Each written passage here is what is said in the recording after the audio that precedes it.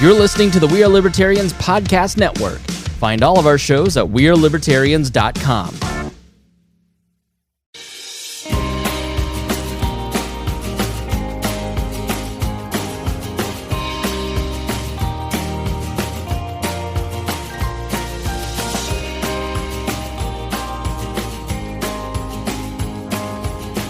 Hello, everyone. Welcome to the show. I am Hodey.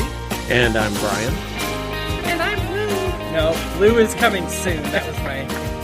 that was a terrible imitation. But there you go. Lou will be joining us shortly here. Give her just a minute or two. And she's rebooted. So she's going to be right on. So in case you're like, I need the left libertarian on for this episode, she's coming. She's coming, everybody. I can be the left libertarian, Hodey. Hang on, let me just turn off half my brain. Yeah. For those of you who are not aware, Enemy of My Enemy is a show where we discuss current events and hot topics from a left, right, and center libertarian perspective. Just to kind of give you the gamut of all thoughts of liberty and see what we're thinking here. Today, we are going to be discussing the debt ceiling, which is super not fascinating unless you have people like us talking about it. In that case, it becomes very engaging and entertaining. So we are going to do our best to put on a juggling act while we discuss this one. In truth, while it might not sound like the most fascinating subject, it is actually very important. And very few things we talk about have like longer term ramifications than stuff like this. So the debt ceiling, just to get all the specifics ironed out here. The debt ceiling was raised. It was done so temporarily. They estimate that the amount that they have raised the debt ceiling will take us through December. So prepare to have this conversation again in 2 months. And we will talk about it again then. But that was a short-term deal with Republicans. Every Democrat voted to pass it, and 11 Republicans got their backs scratched with a short-term deal. Of course, we don't know the exact terms of that deal, but one can bet that the politicians are richer as a result. What it does is it authorizes Congress to issue more bonds. So what we do is we issue bonds to pay for the money that we owe people. So when you hear something like our debt is in, and I talked about this on the main show as well, but when you hear something like somebody says, oh, our debt is 30 trillion, or no, it's not, our debt is 100 or 200 trillion dollars. Yeah, that is all accurate for depending on how you're talking about debt, even though those numbers are nowhere close. So we actually are $7.8 trillion that we owe right now. If we were to pay all our debts, we'd have to pay $157.8 trillion.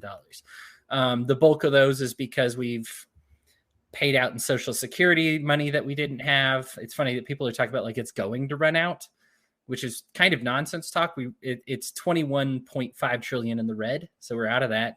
And of course, Medicare at $33.4 trillion there. That it's work that's been done. Hospitals, doctors have done the work. They just haven't been compensated for the work.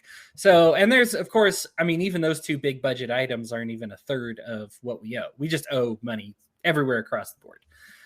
When I say we, of course, I'm talking about our federal government owes money to everyone across the board.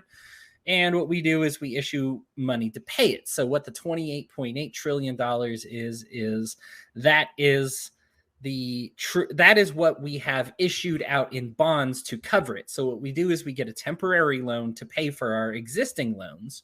And if this is beginning to sound like somebody who's really in trouble on credit, you're not wrong.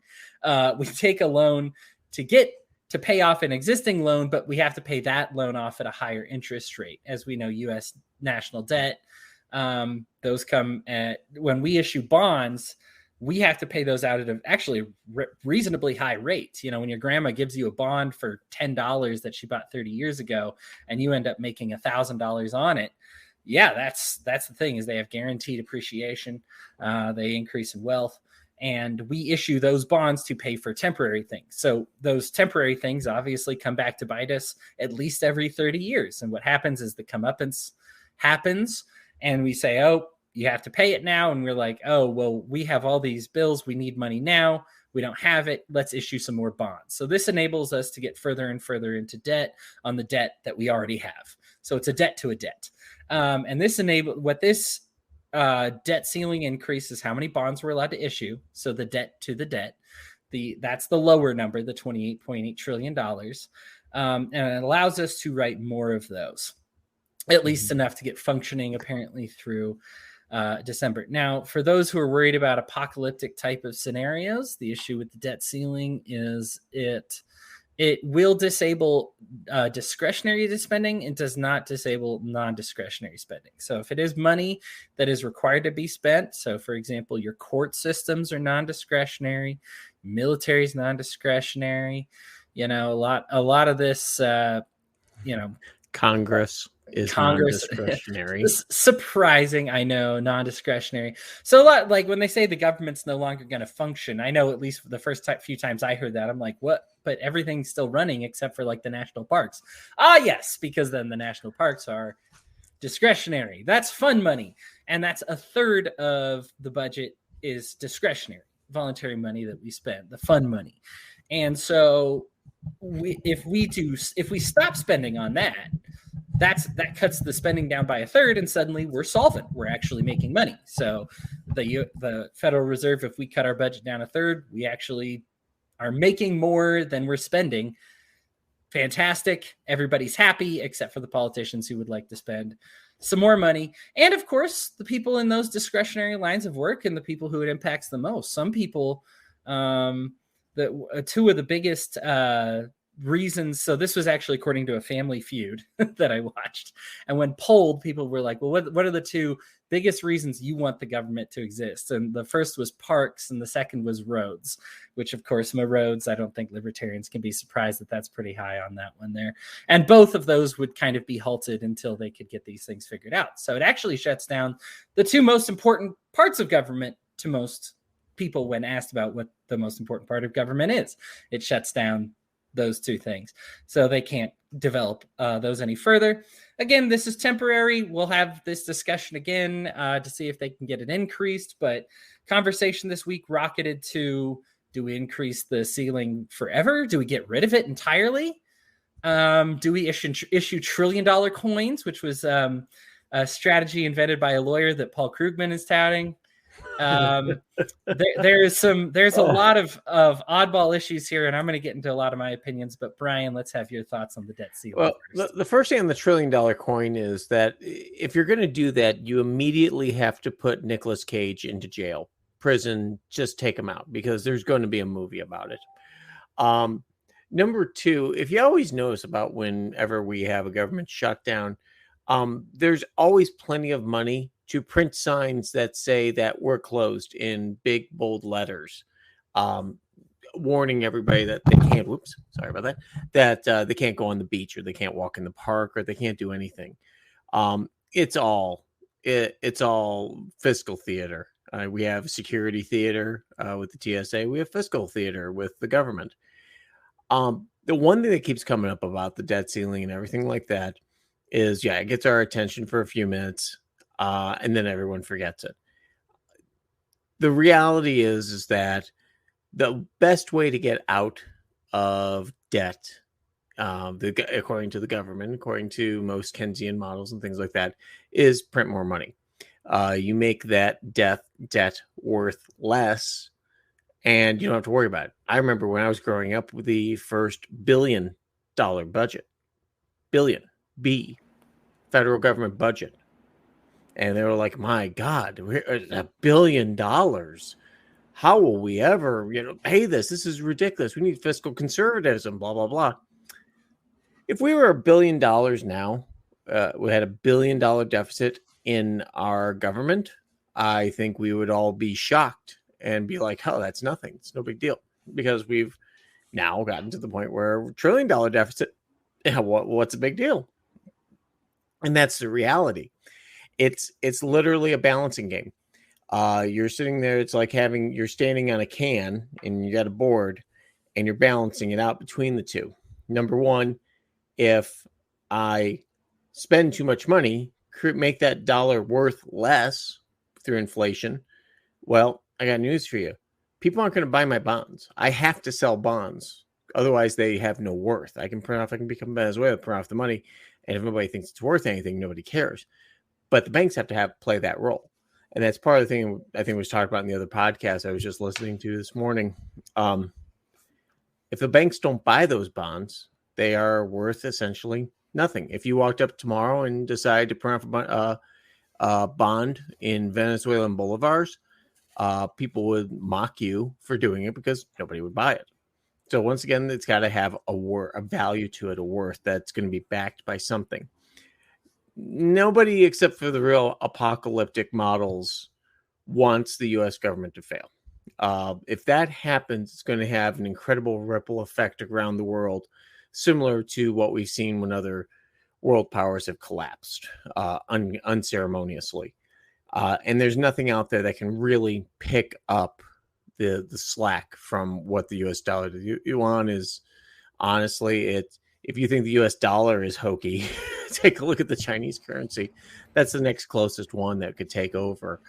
And that's that exchange rate's mandated by the government. It's not really, it's marketed, but it's got a lot of play in that number.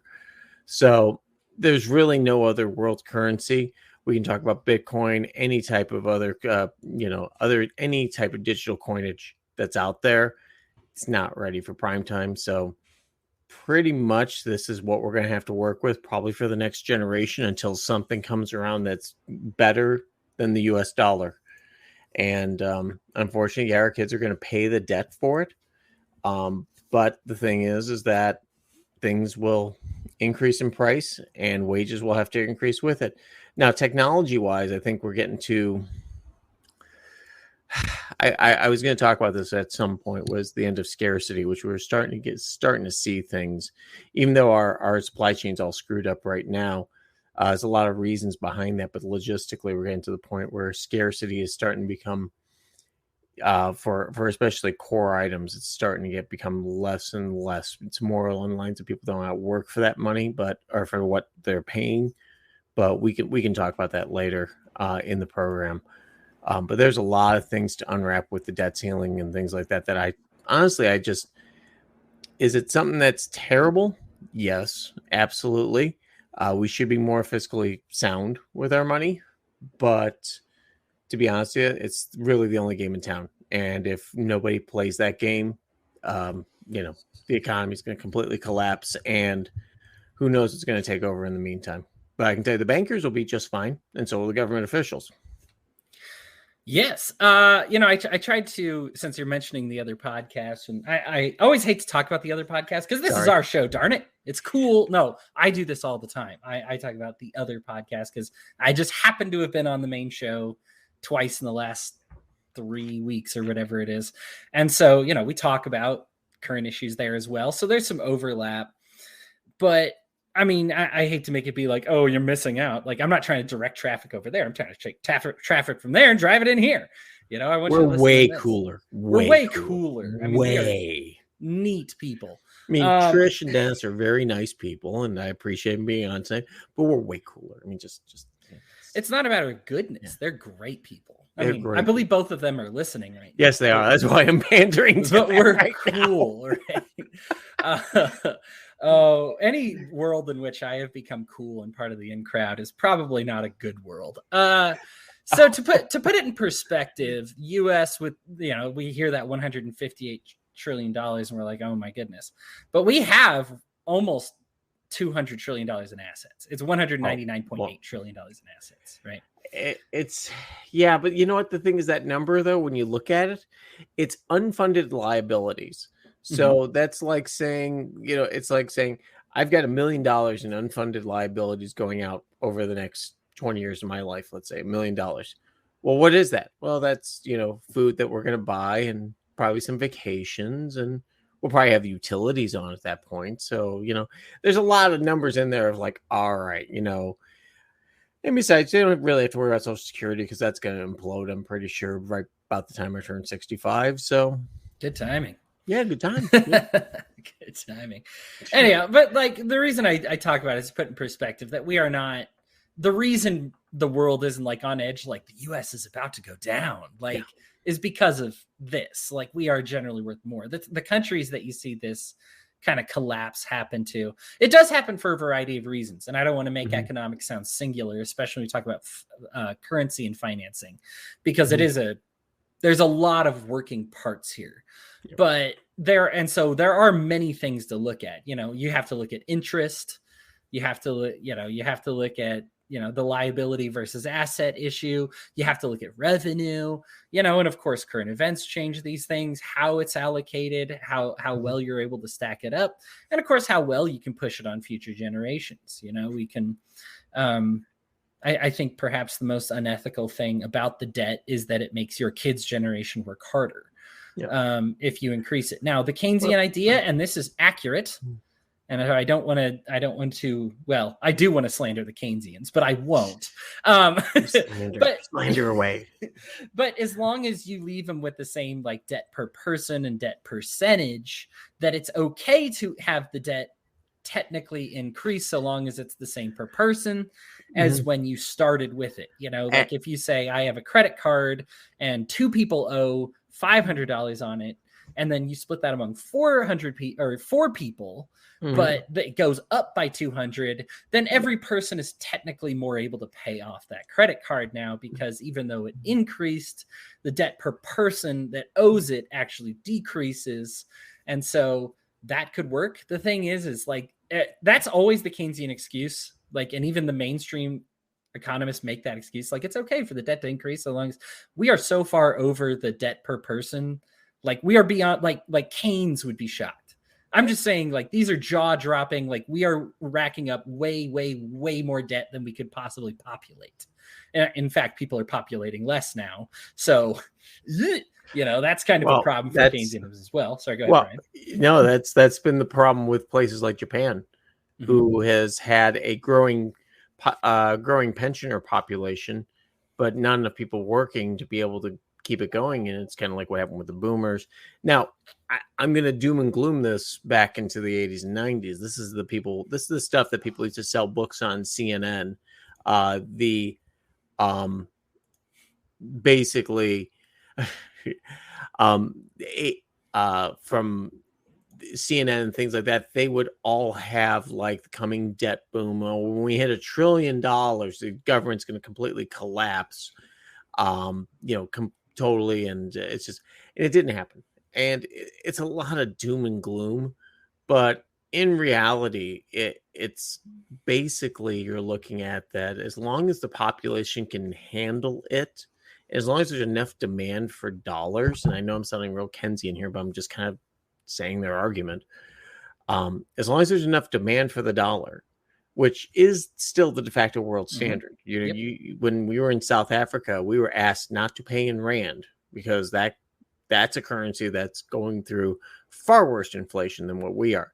Each country can print its own money, but in the end, if that money's on the open market and it's getting its ass handed to it because it's worth less compared to the standard in time, where you want the one that's going to hold its value. And so far, it's been the US dollar. Now that could change overnight, but then of course, as I said, you're taking out a good percentage of the population with the economy collapsing. Yep. So. Yeah, there's I think one of the arguments that always, and you're right to bring up the international market in this, because this is so much of people who hold bonds. I talk about grandma giving you and maybe not everybody's grandparents were like mine, but at least the older generations tended to have more of them on an individual basis. They tend to be sold in mass to countries and organizations and businesses and things like that. And if you split enough up among enough countries, then one country coming to call and be like, hey, you know what? I don't trust your dollar anymore. I want all the money back. Now that can trigger something really bad, right? Like, we talk about like 1929 level stuff, right? You start off by a run at the banks, and it's like, hey, if some guy owns, 5% of your stocks and sells them all, that can trigger the next guy wanting to sell all the guy who owns 4%, and then all of a sudden everybody who owns anything wants to sell theirs off, right? Right. So this is why, when people are like, well, China, and there's a good reason, and I don't want to get into that this time, why China likely would not call our debt, because it's kind of a mutually assured destruction type of scenario. Yeah. But if they were to, the reason that would be troublesome for us big time is because people would say, yeah, they only own, 5%, 6%, 8%, whatever it is. But that can trigger other people then to be like, here's the reason that is. If we have to pay China off, then our dollar is tighter. We have less that we can spend, right? Because we actually have to pay those bonds off. We have to. There's not like a maybe we can, maybe we can't. We even have to print the money to make it happen if we have to. Well, then our dollar becomes weaker. So if our dollar is trending down, then the people who get the most from those bonds are the people who sell right now. The people who hold on to them, right? They get in more trouble. Sorry, go ahead, Brian. Well, and the thing is that when you sell the bond, you have to have somebody who's going to buy it. Now they can go to the U.S. government and say you have to buy this back, and there are legal ramifications for that. But there are also legal ramifications for committing economic war on a country. There are. The one thing I keep on saying is, I think we got 500 Minuteman missiles sitting in silos across the U.S.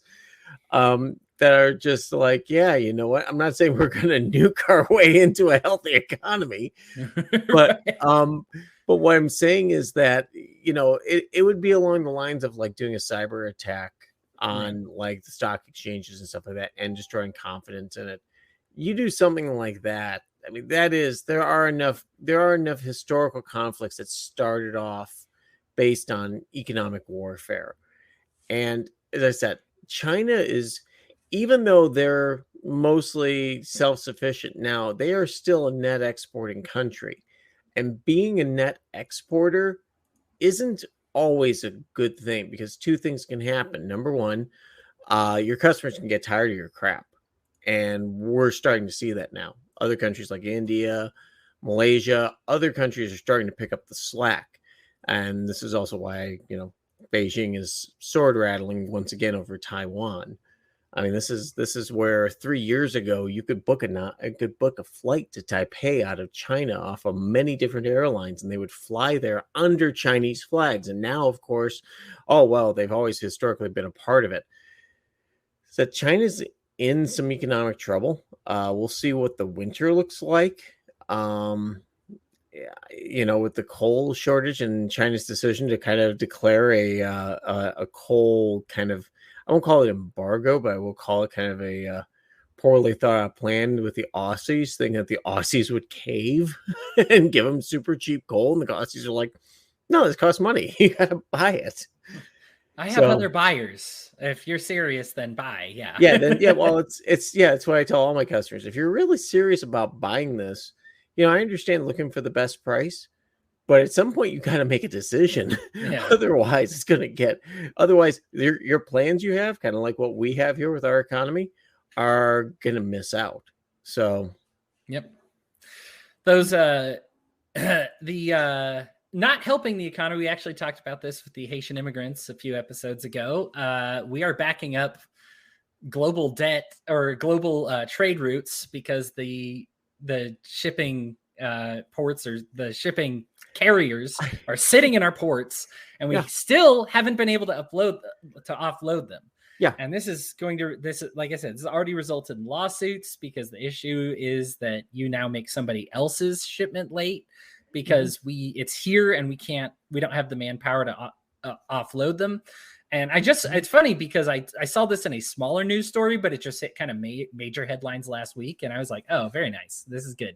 So this is also not helping, the dollar look favorable and solid, which means you got to issue even more debt and increase you got to inflate the monies even more to try and cover what you got, because you got less people willing to buy. So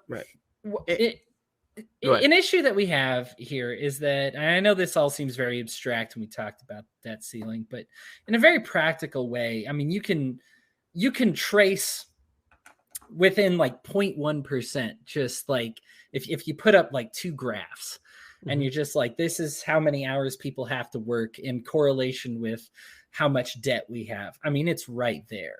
Yeah. And so when you have more people who have to work more hours per household to just afford the same things that we had before, and technology is gained, and there's things that they didn't have before, right? Like now we've got cell phones, and there's been a lot of advancements in automobiles and washing machines. Yeah, I mean, things like that where we just say like, okay, Yeah. Right. Things like that where you didn't have before. And we have that as kind of commonplace nowadays. Right. But even factoring in all of those things, the problem is the debt makes all of these luxuries that should be affordable much less affordable. Mhm. One story that's kind of gone underreported that I actually didn't realize until this last week is we've gone from like very small amount of percentage of people living in poverty, like the 1 to 2%, and it's now over 10% now. And so people are getting impoverished because these dollars aren't going as far. The labor shortage is another issue. We've talked about that in other episodes, but that's just, we have these spots that we need people for jobs and we can't find them because we're not willing to pay them what they deserve or because we keep kicking them out of the country for whatever reason. And we just kind of say like, oh, there's not enough people here, I guess. But then there's too many people here because every person incurs X amount of debt. So we're kind of stuck in this place where it's like, let people in, don't let people in. Oh, there's no right answers because we tried to control this centrally. And this is kind of the problem with centralized banking is that you have one person who tries to make the best decision possible. And when they make it, great. And when they don't, there was no other ship to jump to. This is the ship. We're all on it together. If whoever's in charge decides to poke a few holes in the bottom of that ship, you're sinking. And that's the problem with monopolized currency. Now, is technically the currency monopolized. You can go out and get Bitcoin and try to pay for your McDonald's and Bitcoin and all that. Only and other in El Salvador. Right. Yes. And you know what? I love this. And I am looking forward to more of it. And I am sure the government is going to try to either get on it, regulate it, or stop it entirely just because the more people that jump ship on the dollar, the worse it is for them. But it is still pretty much monopolized because the problem is when you pay somebody, I have to pay them in dollars. I can't pay them in Bitcoin. I'm forbidden to do so. I cannot have a guy work for me and then be like, hey, here's your 0.003 Bitcoin for the day. Thank you for your work. And they'll be like, oh, thank you so much. Yeah. Right. It's not really legal. The NFL actually had a player, Russell Okung, who got paid in Bitcoin. And the guy is, by all accounts, I guess, I don't know if he sold it or whatever, but had his contract stayed put, I guess he would be the equivalent of like the richest man in the NFL, even after Patrick Mahomes got paid all his money up front, just because of, what happened with the cryptocurrency, which is kind of a cool story. But the thing is even in that contract, they were still required to give him the minimum of dollars, and so we just have this whole society that says, it's dollars. It's like saying you can have a private investigator instead of just the police investigation, but you're required to go through the police, if you want something on the books. You can have a private investigator that can help your case, but you're still, you're not going to hire a private judge at the end of this thing if you decide to press charges against somebody. So like, yes, there's an idea that you can do certain things privately as well, but it's not really officially allowed to compete. And I really wish it was, because I think that that's they talk about the free banking system, something I've been a huge advocate of for a while now. There's a great 2-minute video of it. I may even link it in the comments here because it's such a good video. But just kind of describes how banks get kept honest and how they are dissuaded from crises. And there's actually like a free banking system has 1/4 of the crisis of a centralized banking system because, but they still are able to correlate dollars. Because I know that that's a big deal for some people too. I mean, a huge part of why we had to get the founding fathers got together and we're like, we need a single dollar here is because things are getting pretty wild here when these currencies aren't transferring. Now, I would have loved to see the free market come up with a solution to that. I'm not going to lie and say it wasn't a problem, but I do believe that eventually the free market would have come up with a solution. The problem is when you say, hey, hold on a sec, the free market's going to take care of it. There's usually a politician who beats you to the punch and that's like, no, I got this. Everybody's using this one. And then they pick a winner. They pick a winner, and usually the one that makes the biggest political donation. So yes, that seems to help the wealthy the most, or whatever. But yeah, it's been tough. Debt is a complicated deal. Debt's horrible. I think for me the most unethical part about it is I just think of it in terms of hours that my kids will have to work. Right. For these increases debts. And I think for me, they say like, because the Keynesian idea, to say, hey, well, we'll increase the debt, but we'll have more people to split it amongst. I don't really like that either. I would love it when I talk about that credit card idea, 2 people splitting $500. I'd rather pay it down to 400 people and have 4 kids, like there's no, and based on the revenue that we're bringing in, there's really not much of a reason for us to do it. I mean, we could even go ahead. No, you're good. Now, the big question is, what is driving that spending? And is it government going in and spending their third on defense and everything else? Or is it the trillions in entitlement spending that we're spending in Medicare, Medicaid, Social Security, all these other programs that literally have no backstop? So it's literally a fund of this has to be paid. Keep dumping cash into it until it eventually does. Now, that being said, the states are still responsible for paying those in the end. They go to the feds give them money, the state takes that money, pays like you were using, like the hospitals and things like that. But an interesting part about that is like states like the state of Illinois, who was really in a bind, couldn't issue bonds. I mean, the bonds are going to be so expensive, nobody would want to write that bond. Oh, I mean, there definitely be places that want to write that bond. The state of Illinois didn't want to pay it. Sure. And they're in the same situation right now with their unfunded pensions, which is what we're talking about here. But there's a backstop there that the state of Illinois can't write a bond because they know their tax revenues are going down and they're pushing people out the door. Now here in the U.S. with the federal government, you can collect $0 and just go ahead and print more money and pay off the debt. But unless people are paying taxes and see value in the dollar, it's all a shell game. It's a good shell game. It's the only shell game we have to play with until something better comes along. But that's the thing, is that that's why liabilities like that and things like that should be funded by the states, because they have the backstop of we can't print our way out of it. Yeah, and that great segue, because I was actually just going to talk about the spending, which is, you believe me, just if you were to look at the revenue and you were to look at what America needs to spend money on and how much money it takes to get there, you would be able to balance the budget. You would. Yeah. This is not balanced because we don't feel like it. And it's not, and yes, some things listed as non-discretionary, and that's 2/3 of the budget, but you would be able to get that discretionary spending down to be like, hey, let's make sure to get those roads covered, the parks covered, whatever you want. And then you just kind of say like, okay. And then, when we go by and when we do these audits, the problem is we just fail to act on so many of them. We find that, remember that once, this was even Donald Rumsfeld was around, but it was like, $1 trillion went missing from the department. It was just gone, And September, was it 9th, 2001, they were announcing that? Oh my goodness. Yes. It was in the days before 9/11. It's what everybody's talking about right until 9/11 happened. And it was weird because it was Rumsfeld the one's talking about it. Because normally you'd be like, frickin', he did it. You know what I mean? And he's like, boy, we just did an audit and we're missing $1 trillion here. So there's things like that where you just say something's missing. Like, we're just missing money straight up. And you'd be like, okay, well, find it. Right. And then you have, hey, you've got your funding for the next, 10 years. Good job. And so there's just things like that they spend money on. And there's all these little things that add up, all these little pony projects, all this pork. You look at any bill, just any of them. And there's loaded up with some kind of, hey, a few million here, a few million there.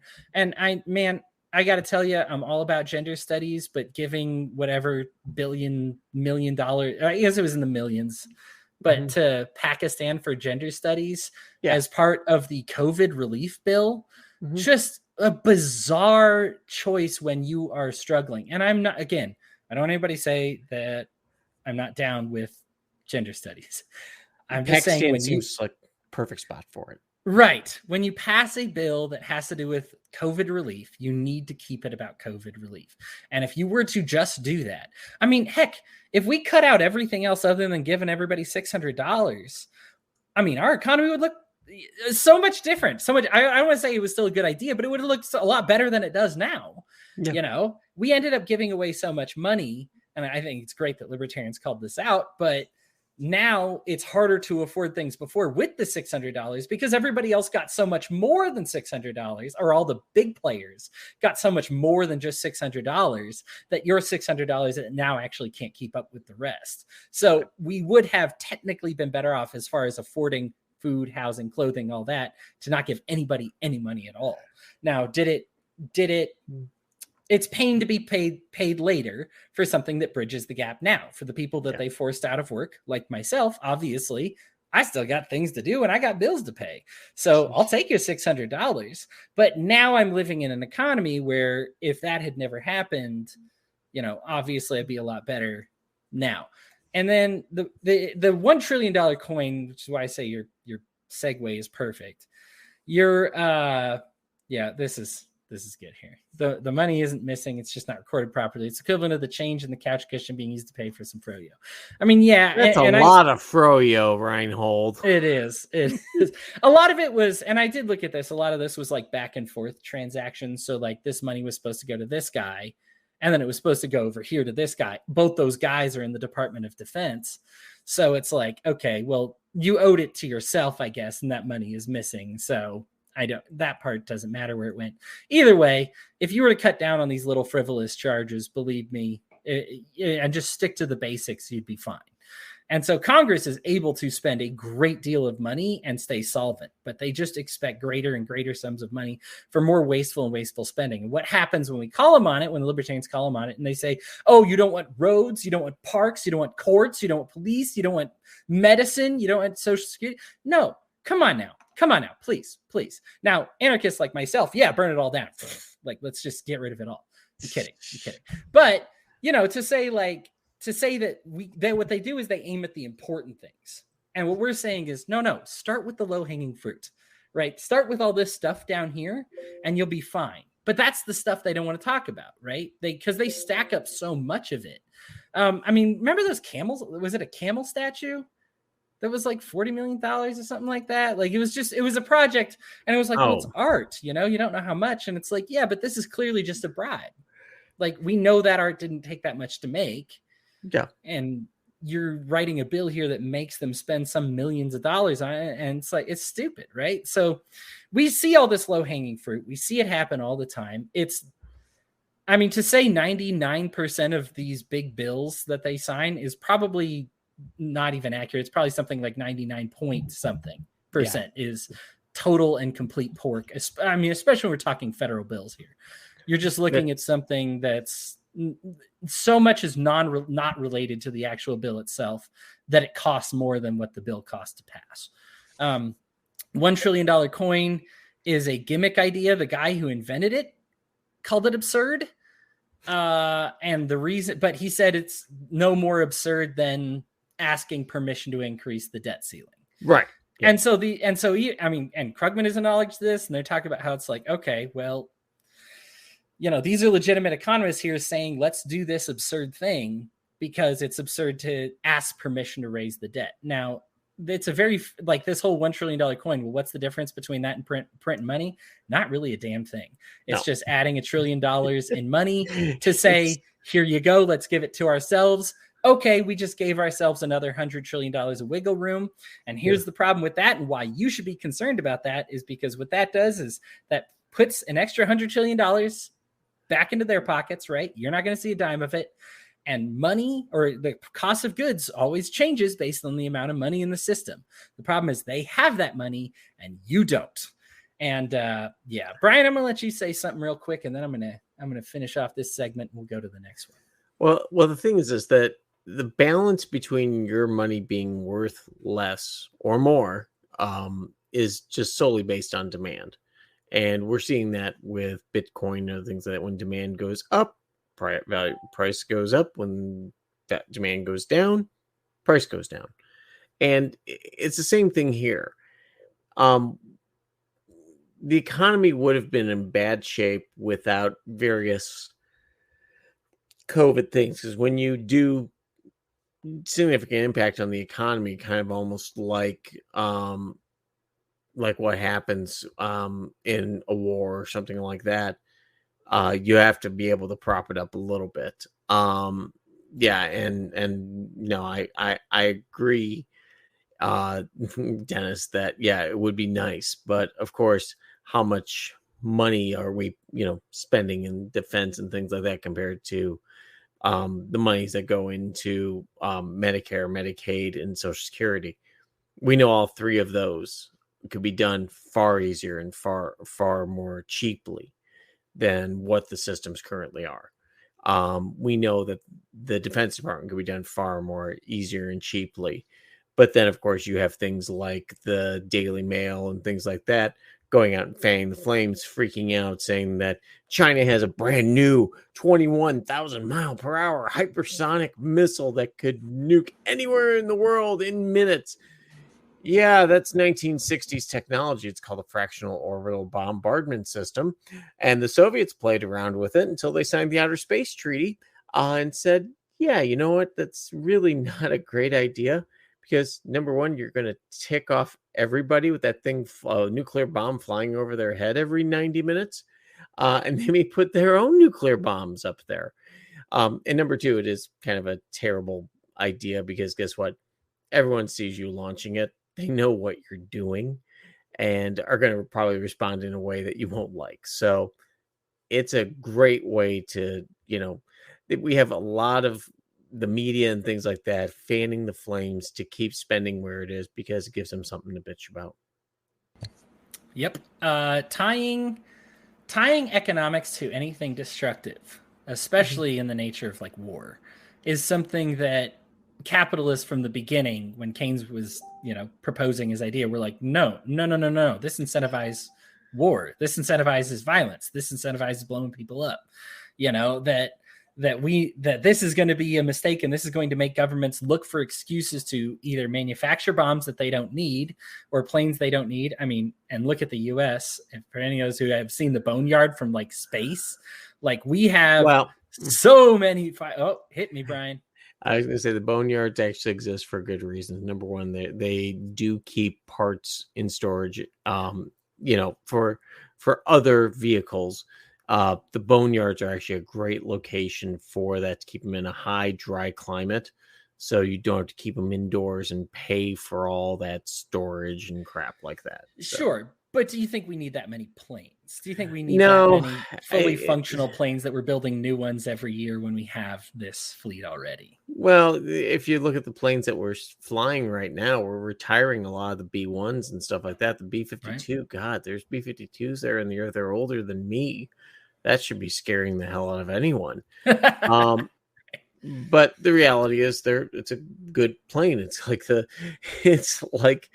the video side by side, the pictures of the Chinook landing in Saigon, pulling people off the roof, and then a similar Chinook, not the same one, but a similar Chinook pulling people off the roof in Kabul. And you want to say to yourself, you hate seeing government spending, but damn, that's a good platform that can run for 50 years and minor upgrades to avionics, and it just keeps running and running. Yeah, there's no need for us to have 1 billion bomber planes, but people love feeling warm and fuzzy, and that's what a lot of countries do, is they like to print that off to say how awesome they are, right? Because look at our army. So I mean, the military will even say we don't need it. Right. Like they're like, hey, we don't need that many tanks. And then Congress will be like, yeah, you get that many tanks. And they're like, we don't have enough pilots.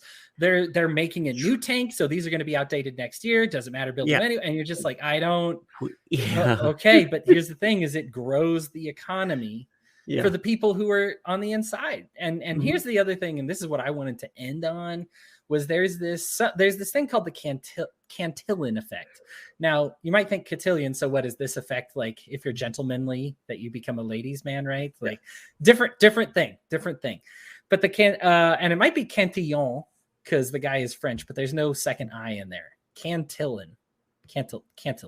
Anyway, Richard Cantillon, and what he noticed was that, hey, the people who make the money first benefit from the money, and then when it trickles down, those people benefit from it the least, until you get down to the very bottom where it actually hurts them, right? Yep. So there's this crossover effect where you say you've added money, you give it to these people benefit from it the most, and then as it keeps going down and down, those people actually get damaged by the money after a certain point, by all the money that you added. So you've got the central banks and you got the corporate businesses, right? And so that these people, they get the best rates on the loans, the businesses, and then the banks, they get money for free. I mean, literally like, hey, here's some money just because you've agreed to sign up for this thing that says you're willing to hold money. So congratulations, here's money, right? Which is kind of not at all the way lending is supposed to work. There is an ethical way to do lending. For those who were curious, there's this, if you're really big on lending and want to get super into economics, this is kind of pushing what even I was able to understand. But The Theory of Money and Credit by Ludwig von Mises is probably the best explanation for how ethical lending is supposed to work. But it's tight. And the thing that runs into it is that, of course, that you're running financial institutions that are basically built on whims of their populace, of their customers. So it's not even a factor of, is Chase going to have a run on its banks tomorrow? They probably aren't. But a weekend, you may have a bank that goes out and has, the stupid commercials that said you get 5% back if you buy 12 aardvarks with a free yak, on alternating Thursdays. Well, if everybody goes out and buys 12 aardvarks, you've got to have that money to pay for those aardvarks. You've got to be able to pay Visa, be able to pay the merchant and stuff like that. So there are good reasons for that, for the monetary system and the markets that exist to be able to do immediate loans to these institutions so that they have the financial assets on hand. Because otherwise then you're sitting on a pile of cash that literally is doing nothing except you're paying money to the government to borrow it. These short-term back and forth loans these banks do is actually very healthy because it still keeps the money in the system, and the banks are incented to get it off their books as quickly as they can, so it goes right back into the system. Now, of course, it's all a house of cards. So like what we saw in 2008, where pretty much the money market was going to dry up, and there was going to be we may not actually have dollars in there to loan to the banks. So that was the concern Bush had. But there's I'm not saying that the way it was set up was without reason. And I try to stress this when I talk about economists that I don't like, that they still have a very good point, right? Mm-hmm. Like they still have a very good, usually the idea is sound, mm-hmm. right? Like, or at least, and even like the fallout from the idea is sound. But my problem is the idea itself I do not like. Keynes did not really disagree that there would be more wars and violence and preparation for war in his economic system. And so my problem with Keynes isn't that he's an idiot. My problem is that anytime you design a system that incentivizes violence and war, that's not a very good system, or that's not a system that I like. You know what I mean? It might function in your head the way that it works, but I don't like it. And so when you make a system that you said, you'd be surprised, a lot of people are repulsed by Karl Marx, and I find him a reprehensible individual. But one of the biggest reasons isn't because he was stupid. It's because he said, like, well, if we do that, obviously they'll starve like millions of people to death because you got this. And that happened. And you're like, okay, so we knew it would happen. It's just, I don't like that. Right. So like a lot of what we talk about economics, especially when you're dealing with economists themselves, is less about opinion and more about what is like, you deal with a lot of ethics when it comes to economics, more than you would think, because there is so much agreement in economics. You got one of the people I love the most on economics is Thomas Sowell. And he's great at explaining things for little. Hey, I'm reading. I'm self-training. I didn't go to college for economics or anything. I'm reading at home and I want to understand it. He helped me bring it up to speed. And he was so great about using every single kind of economist out there that it made me want to study all of them, because they've all got a very valid point. Yep. But it does come down to a matter of opinions. Now, there's some things where they say like, and this will generate happiness. And then at that point, you've got to get a matter of opinions. Mutualists, I'm aware that when you talk about Proudhon, you mean a different thing than what I talk about with Proudhon, but like, I'm sorry, you're not going to be able to replace entertainment with alcohol. And so for me, like, that is an idea he had, and that's an idea that I find wrong. Would his system work? I guess theoretically, maybe, but you have to assume that alcohol makes everybody happy. No, that's the thing. And I think that was a popular misconception back then. Alcohol, we booze up everybody. The Russians tried running that under their economic system for 80 years, and it didn't work. Seemed like such a smart idea to just get everybody wasted, right? Yeah. So, really cares. We're getting good booze. We don't care. Right. So like a lot of this is like, my issues with Paul Krugman is rarely that he is wrong. It's that from an economic standpoint. He's wrong from a moral standpoint. I mean, he's wrong from an economic standpoint. No, he has said certain things like the internet is a fad. Like he has famous, like stupid predictions, right?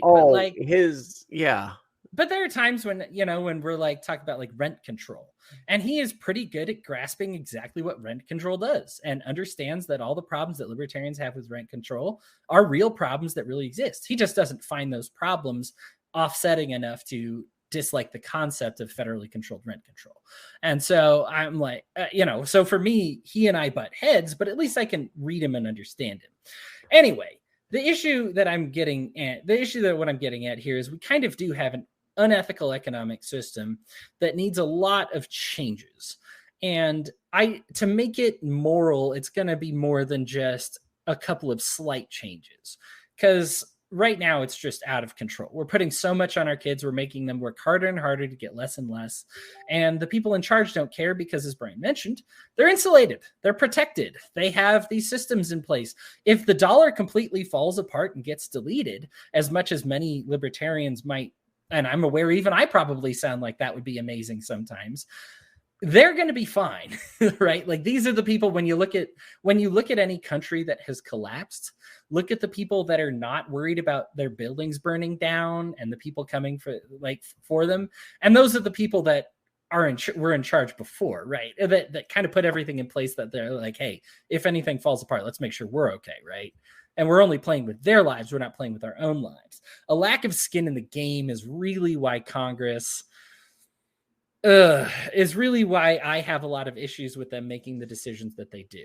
Because if it were to hurt them as well, if they were to tie their own success, and I know elections were supposed to do this, but it doesn't. Because guess what? You lose an election, you win a book deal. It doesn't matter. Like none of that is relevant. And so the issue is that you're supposed to have skin in the game. They don't. So they play around with lives and money and things that won't affect them as much as it affects other people. They are the ones in the Cantillon effect that are at the top. When they add this new money, they say, look who benefited from this. And some people do, right? Like the corporate executives at GM have benefited from it, and Wells Fargo benefited from it. And, all the big banks, because those are too big to fail, they benefited from it. When who hurt then? When I pull up the debt clock, or when I pull up something and I say, well, who's working harder now than before? Because it worked for them. They've got more money and wealth than before. They've got more luxury homes. They've got more houses. Okay, well, who did it hurt then? Who's had to sell down their old apartment and downgrade into a smaller apartment? Who's making their kids share the same room when they had separate rooms before? Who is now working on Thanksgiving and Christmases when they used to be able to get those days off? Oh, that's us. That's the normies, right? That's most people, and as we have these numbers now that we've climbed into over 10% of our country living below the poverty line. I mean, we're in a really sad place that even if you're a middle income person, you deserve so much more than what you've got, because of the way we set up this economic system, because of the way it's been executed. I guess I won't even blame the way it was set up. It's the way that the people executed on it. I think that there's a lot of good economists that end up setting up, they didn't realize what politicians were, right? Because they said, if I design a central system, you'll be capable of doing these great things. And they were right, but they didn't, because unfortunately they're politicians, not angels in charge of the economic system. And so they didn't make bad decisions. They made selfish decisions, right? They made decisions that hurts other people and not themselves. They made decisions, I will say, in a lot of cases, they made politically expedient decisions that probably, with a little bit of forethought would have been, we should have done something different. So, but that's just politician human nature. Can you call a politician human? No. I'm not going to use that kind of language. Monster nature. Yes. That's hilarious.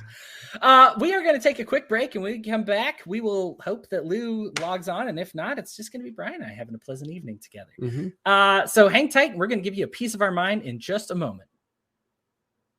All right, everybody. Welcome back from the break. I appreciate you taking the time out to speak with us.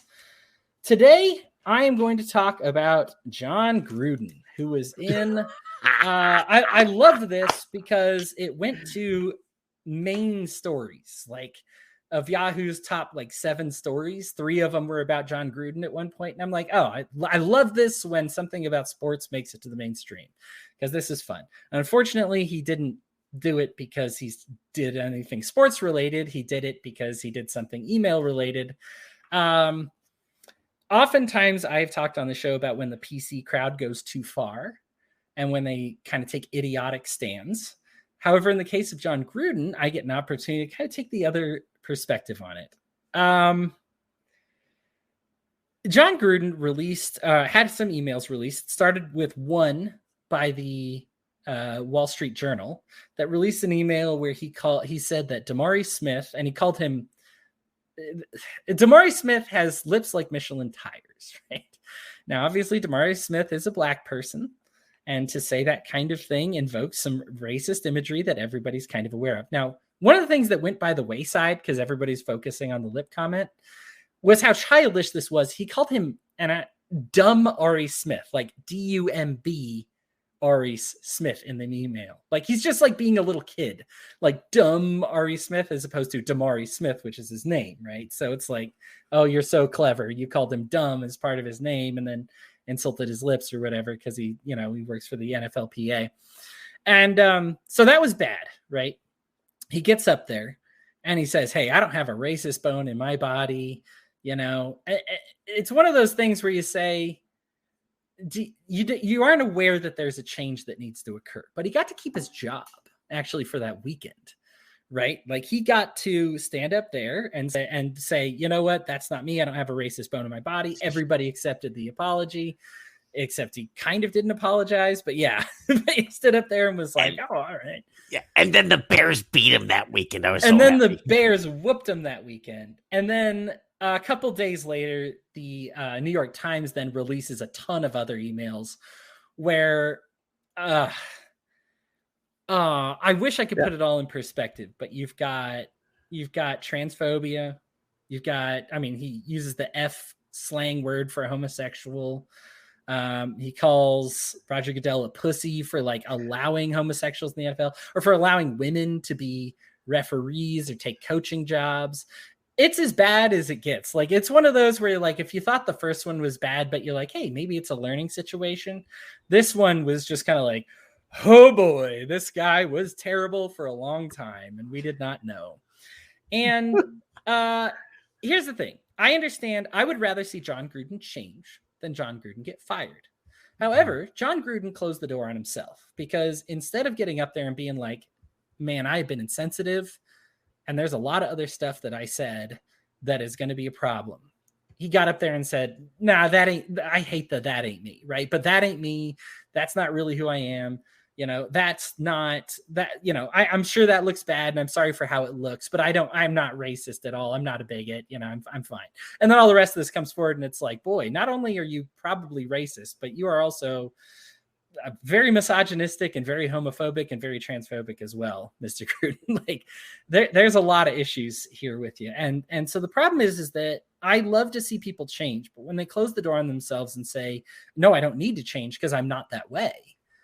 well, the first step to recovery is acceptance, right? Accepting that, hey, I made a mistake. Something I talk about a lot about in my past is that I used to be a misogynist. And the reason I talk about this is because it's important for people to understand and know that that was wrong, and I changed and I improved and I got the help that I needed. And I saw, I talked with friends and family and read books and tried to understand more to build. And there's a journey there to get there, to the point where you're just like, oh, I don't even care about that anymore, right? Like guy, girl, it means nothing to me, right? Like the entire thing of gender, whatever you want to be called, I'll call you, whatever, I am so down with all of it. But it took a while to get there because I had these old hangups, and we hear a lot of these hangups today by the same people who use these, that interact on social media by saying like, no, I'm not going to be Forrest. The PC crowd is making me do this, that, or the other. And they sound like ridiculous arguments, but they're arguments that like I kind of felt were accurate at the time. That they're like, no, women tend to be like this. I need to be allowed to say it. Well, you're assaulting my free speech. You're assaulting my, this is my job. You're hurting my livelihood just because I have some poor opinions. Well, we don't want to hurt your livelihood, but ultimately your opinions are hurting other people. He was coached to the only openly gay player in NFL history. And obviously that did not sit well when those emails got released. That's really hurtful. And, unfortunately, even in his resignation letter, we didn't even get so much as a press conference, which isn't cool. But, in his resignation letter, it was just, I don't want to be a distraction, I guess. As opposed to taking ownership for what you said, right? Which is saying like, obviously I said some terrible things and I need to change. There's the ownership wasn't there. I was okay with the legacy of John Gruden. A lot of people were on the fence of if he was great or not. Did he inherit a great team from Tony Dungy and win that Super Bowl? There's a good chance that he did. But he also was constructing the Raiders. Now, did his backup coach simply coach those Raiders better than he had them coached? And that's why they got to the Super Bowl, to play Tony Dungy's Buccaneers that he was now coaching.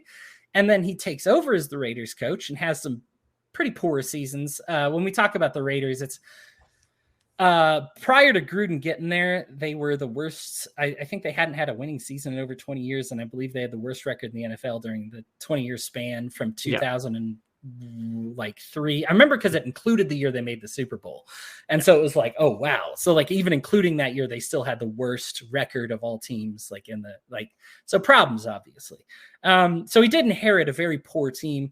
Did they perform averagely? Yeah. And did he make a bad team perform average? Maybe. I mean, his backup coach just whipped the crap out of the Broncos today, which I'm not super stoked about. But, that might say something about his coaching ability. Who knows? This isn't about his coaching ability. This is about who he is as a person. And your freedom of speech isn't under assault here. Like, you're allowed to say whatever you want, but people are going to react however they would like to as well. And heck, not only did he not get fired because of his freedom of speech, Mark Davis, the owner of the Raiders, even said, we didn't ask for his resignation. Even after all the emails came forward, he chose to do this. I'm accepting this. I think he even said something along the lines of, I don't even like it, but I'm taking it and we're moving on. So this guy got a lot of chances. I mean, and probably a lot that he shouldn't have gotten. And it's okay to stop somebody and say, hey, listen, we need to have a fix, you and me. We need to have a conversation about how this makes people feel. Because there's a lot of people that felt this way. I mean, they felt strongly enough about him at the time to keep these emails around, right? And then say like, I really didn't like this, so I'm going to keep this email around. And then when one person comes forward, I mean, this is like Bill Cosby or Larry Nassar. I mean, you find out that there are, in Nassar's case, hundreds of people who he molested, and nobody, and it took 1 to 3 people coming forward before the floodgates opened. Right? You needed somebody to crack a hole in there to be like, man, I really didn't like the way he talks about, DeMaurice Smith. I don't like the way he talks about black people and how they look. And then that opened up everything else. And so this is the issue, is there's a toxic culture in sports. And believe me, hey, I'm in the video game industry. It's there in video gaming too. But I was watching the WNBA and, the Chicago Sky one. It was awesome. It's their first championship. They beat the Phoenix. They beat Phoenix Mercury. And it was a cool, it was a great series. I had fun. I enjoyed it. I went on Twitter to wish congratulations. And the top 18 comments are all like, did you know that the NFL is on today? Why are you even talking about this? Why are you showing this? Oh, look like all those men out there did a great job. Like just the most toxic. And these are like the top comments on the, and I'm just like, man, like there's toxic culture, but this is how it changes, by calling people out and saying, I'm sick of seeing it and I'm sick of dealing with it. And you make other people feel bad. And we're not going to deal with it anymore. And John Gruden's paying a price. Good. Good riddance, apparently. I didn't hate him before. I certainly don't love him anymore now. I believe there was a story talking about how he is now the most requested tattoo in the United States, like for the last week or whatever. So like people are requesting a tattoo of John Gruden now, not when he was coaching a Super Bowl team, not when he was, leading Derek Carr in offense and everything like that. They got the tattoo of him after these emails came out. Like, this is what they want. And dude, that is toxic. If you feel like some kind of need to defend him, just fix yourself a little bit. Anyhow, I had a long one there, but I had a lot of thoughts about the John Gruden situation as it unfolded. Brian, I know you're a sports fan, so I'm sure you can hang with this one. What are your thoughts? Well, I kind of want to agree with him on calling a couple of the people in the NFL pussies, but no. Oh my! I'm kidding. No. Plug that back in. I'm going to agree with one segment of this. Derek Carr. Derek Carr was asked very distinct, what do you think of the emails being released? And he said, I think you ought to release them all. I would love to see the emails released on all of the NFL head coaches and the NFL PA and the NFL leadership. Go ahead. If you're going to release one of them, release them all, because the thing was this. Either the New York Times had them for a while, and I'm guessing it's for a while. If they had them for a while, they sat on them until the one email came out. So again, if you've got all those emails, come on. Go ahead and go through the rest of the NFL. Let's get it over with. Yep. Number two, you know what?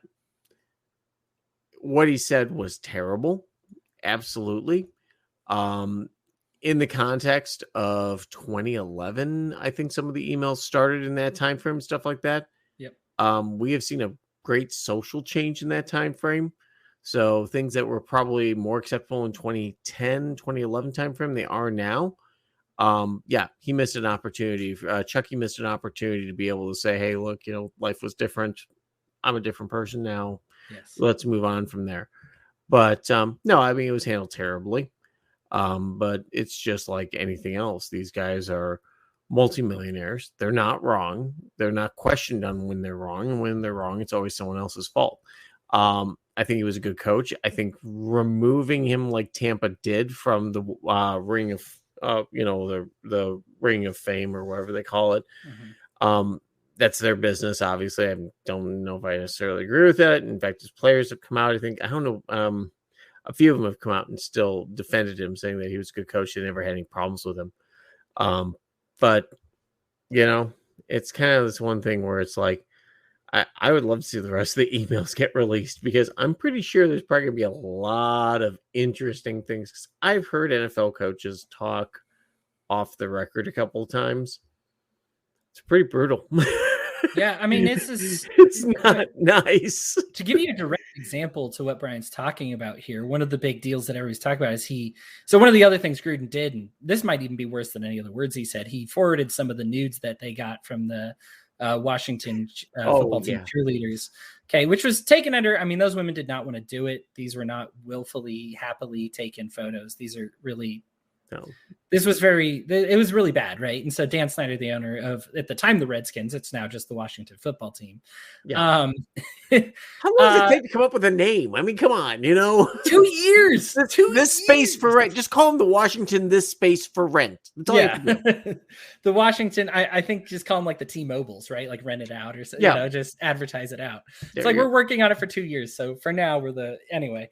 But those, here's the thing. He's getting in trouble because Gruden forwarded those to other people. Now, that's, if you get nudes, from that are not willfully taken, the right thing to do is to call it out, and whoever gave them to you, not forward them to other people.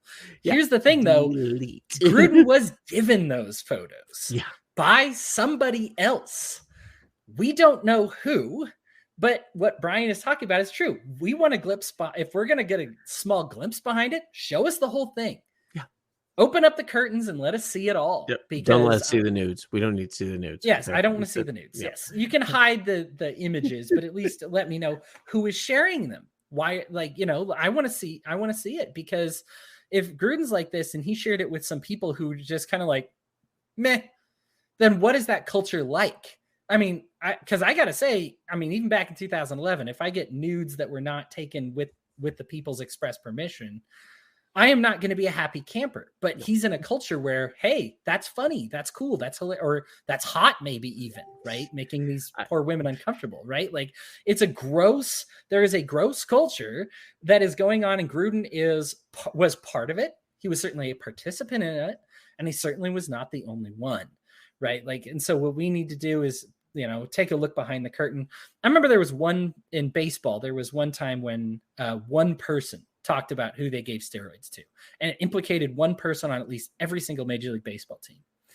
And you just kind of say, like, that was one source. What happens if we pull back the curtain a little more, right? Like, how wrong is this? You had the NBA where it's like a couple of the officials came out and were like, yeah, there's some gambling involved here and we're paid to fix things. And it implicated like a third of the referees. Or you had the FIFA incident. Oh my goodness. I mean, that was global. That was bigger. If Americans were into soccer, which we're not, unfortunately, but if we were more into soccer, like, this would have been the most mind-blowing scandal. But like, to just find out that these matches are largely fixed, and like, to just be like, the officials are fixing them in a certain way to give advantages to certain teams, paid to let things slide, paid to make these stories happen. And you just kind of say, like, and that was just one source. So what if we pull back the curtain on the entire thing? How bad is it? Like, we don't know until you get you can't know. Of course, Brian and I are theorizing, but everybody kind of is aware of this. There's good reason. I have a theory where the news originated from. I know exactly who. Virginia McCaskey, the owner of the Chicago Bears. Really? No. Oh. She's a 90-plus-year-old woman. Oh, right. I was like, what? Wait, what? You got me on that one. I was. No, it's funny. And I know one guy who used to work in NFL IT, just a kind of periphery type of guy. And they were pretty screwed up.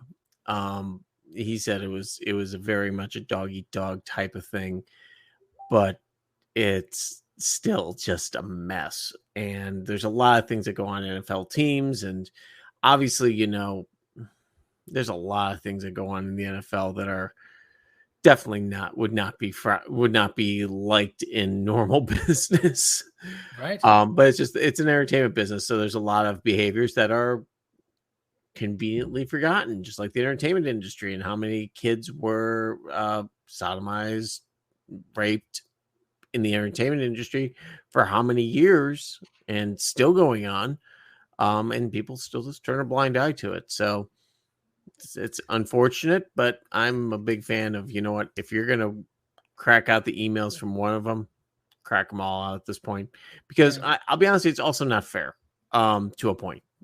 He did say those horrible things. We know there's probably going to be far worse from other coaches, other teams, and have him come in right now with the appearance of also seeing that they called that it wasn't the racist email that got Gruden in trouble. It was calling Roger Goodell a pussy that got him in trouble. Right.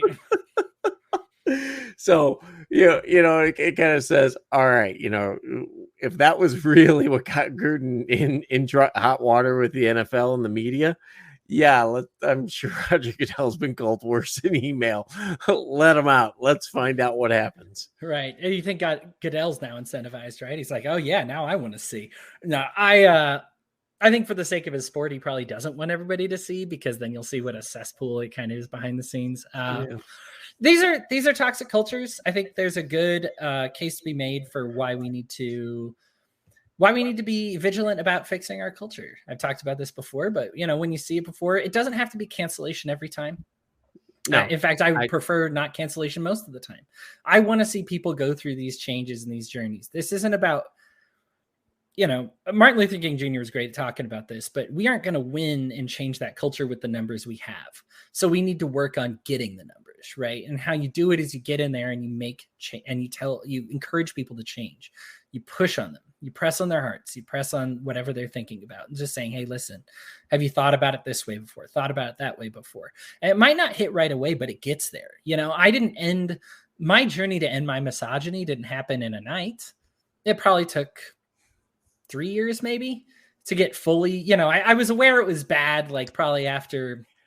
Were you telling you to make you a sandwich? I mean, what were you doing here, Hodey? I'm starting to get kind of worried here. No, I just, it was straight up like this. I never believed that women were lesser people. I just believe that I did not like them because the gifts they had were not gifts that I appreciated. Oh, okay. And so like what women bring to the table, I'm just like, I don't care about that. Like it was the whole, I'm describing a very bad place in my life. We don't have to go there. We don't have to go there. Okay. I was thinking something like, like I joke with I even made the joke tonight to my daughters. I've raised 3 very strong, independent women, been part of their upbringing, and I've got my wife who's wonderful with them.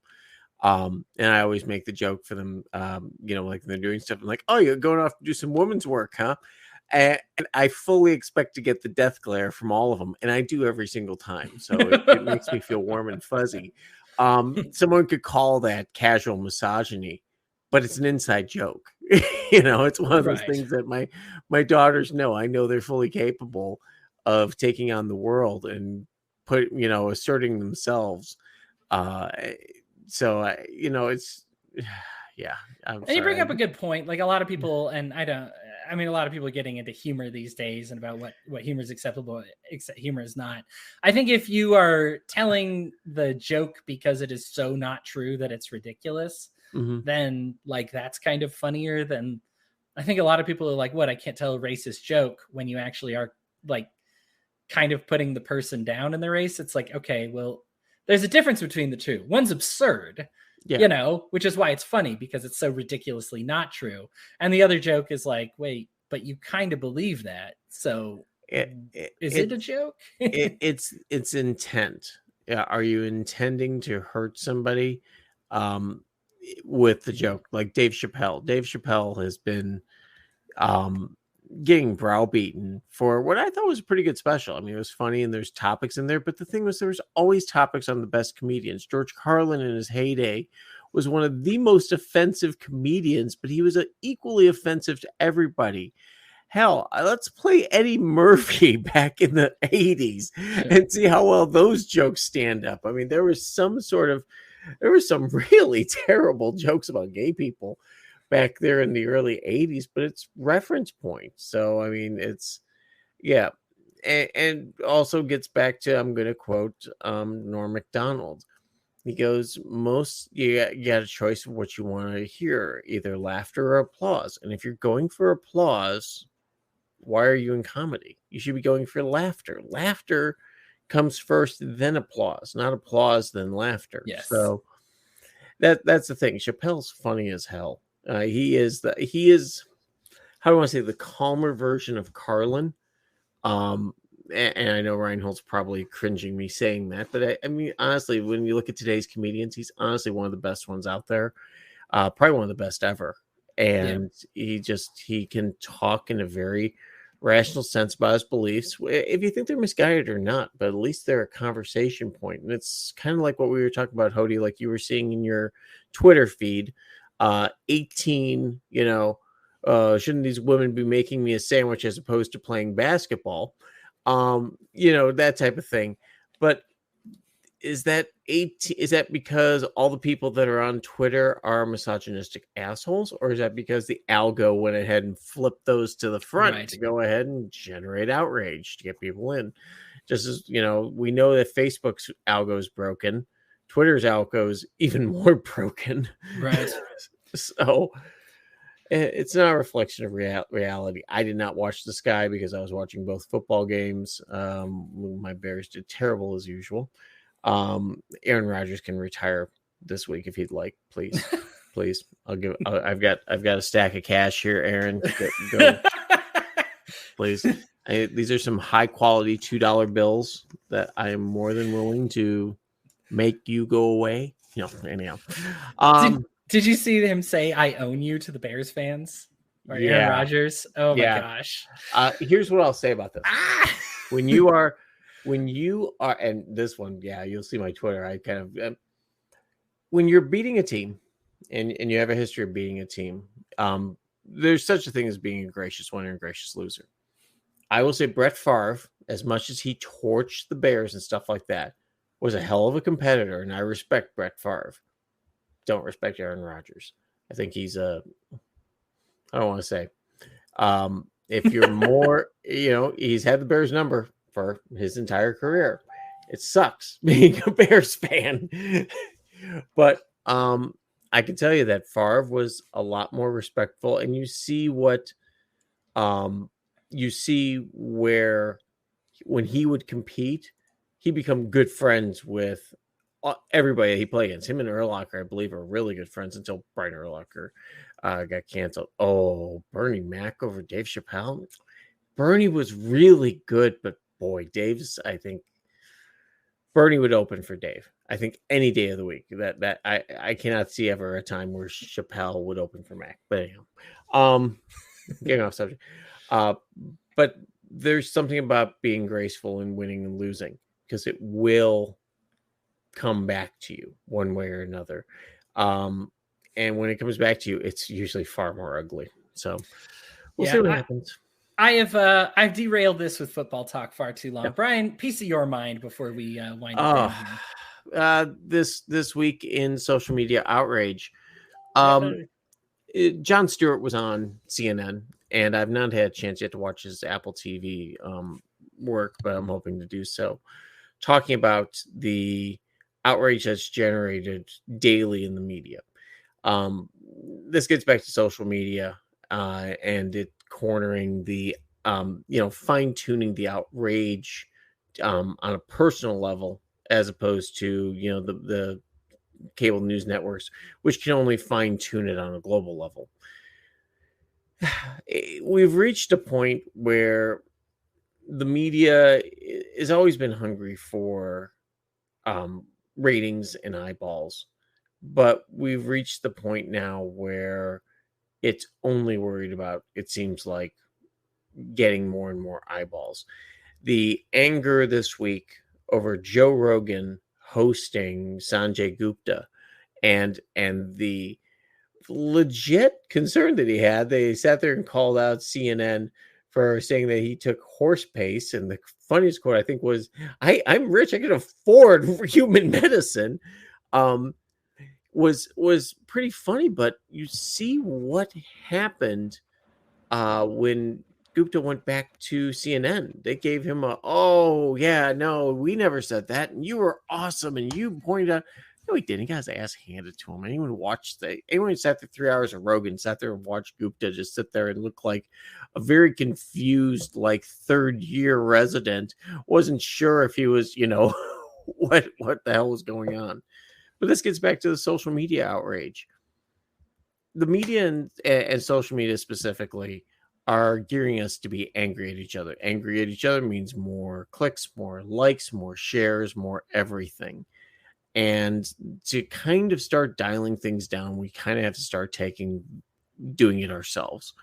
That's not the don't click, don't like stuff, but it's more along the lines of let them know that you're not going to be pestered by them. You're not going to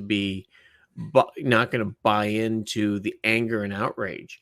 I have seen good friends of mine who react very strongly to something.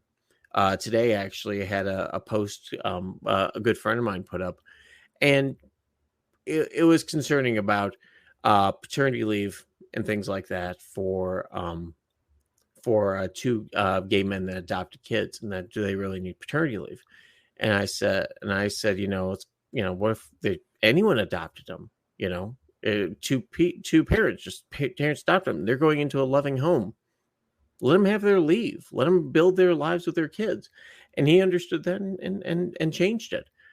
And that's the kind of thing I'm saying is that, I could have very well went in there and been like, but the reality is that that's not going to change things. Those 18 idiots on Twitter who are saying, why aren't they out making me a sandwich? You're supposed to be playing basketball. Aren't going to change anyone's minds. They're just inflaming outrage. And that's why the algo put them at the top. So just keep that in mind when you see those 18 idiots up there going ahead and hitting the button. Twitter's done something very interesting that they're, quote, experimenting with, which is the downvote button. I probably ought to write a check to Reddit probably next week for doing that. Right. But the reality is that's another thing that's going to get abused. And it really is unfortunate that we're going to have this kind of ranking system. We know it's coming. But reality is that it's one of those things where if someone's being ignorant on it, let them be ignorant. You can put your support and everything like that. But the other thing I want you to remember is this. On those big Twitter accounts, no one's reading them. No one. Your person that you're congratulating or et cetera, isn't reading through every tweet. They're not. They're looking at the impressions, they're looking at the spread, and they're looking at how much ad revenue they could possibly generate them. So just keep that in mind. If you want to see idiots on there doing stuff like that, let them be idiots, downvote them, block them, whatever. If you want to do anything really horrible to somebody, and I'm doing this to all of the betting sites because I live in Indiana, and God help us, all we get is bet whatever on all the sports books, block them, because that's going to be the biggest thing that's going to hurt them in the end, is blocking idiots like that. Yeah. Oh man, a lot of good stuff you brought up there. I'm cool with having an algorithm that puts the top comments where they need to be, but as you mentioned, they're not always the top comments. They're not even always the most reacted to comments. And here's the part of the problem that gets me. I don't really react to anything like negative, right? Like all these comments about calling the WNBA players men or anything. I don't talk with them. You know what I mean? They and I do not converse. I would love to see the person who said that. I'm guessing they're probably the same physique that I am. I'd like to go see play one-on-one against the worst person in the WNBA one-on-one and see how well they do. Yeah, I mean, it's such trash. I mean, a lot of them were like, there's an NFL game going on, right? And I'm like, then you watch it. Then you go watch it and stop commenting on this. This is a place for people to talk about the WNBA. Like, why do you feel the need to come over here, egg my house, and then go back to your house? And then you're just like, well, it's just because my house is so great. That's fine. You don't need to egg my house. Like you came over here. You are the one commenting. Anyway, these people are garbage, and you are correct. They were the most incel, gross, pasty, overweight, malnourished. Hey, I'm feeling a little offended here. Wait a minute. But they were also butt munches, and you're not a butt munch, and so this is why people like you and I are excluded from all this. Anyway, the thing is I